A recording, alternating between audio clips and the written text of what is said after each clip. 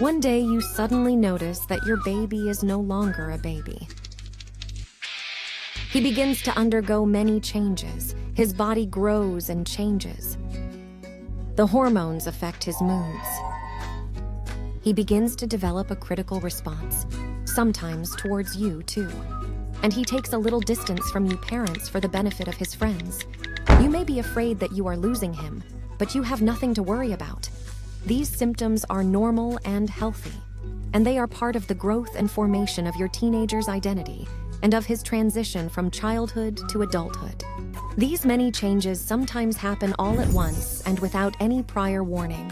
This can cause confusion and embarrassment among young adolescents in everything related to sexuality, body image, and self-confidence. That's why it's important to talk to them before it happens. Not in scientific language, not in childish language, and without trying to sound cool. Just be you. We know that the conversation about these topics may confuse the teenager or you.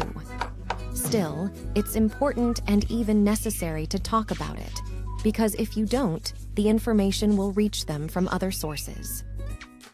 From the beauty industry and advertisements, from social networks, porn movies, or friends and rumors.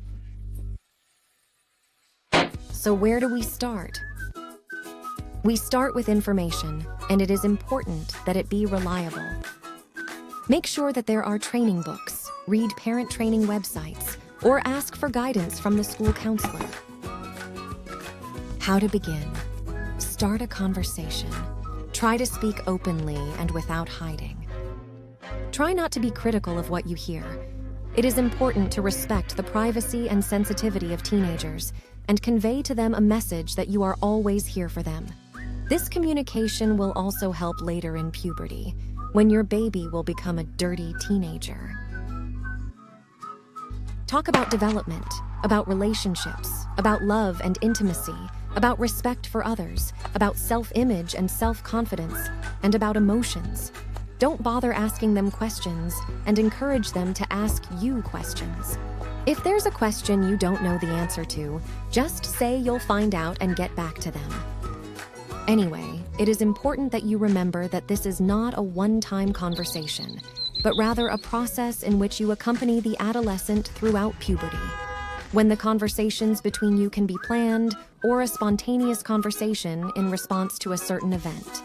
With your help, they will learn to love themselves and their bodies and cope better with the changes taking place in them. Together, you can get through this troubling and wonderful time in peace. We just wanted to remind you that rescue services never end.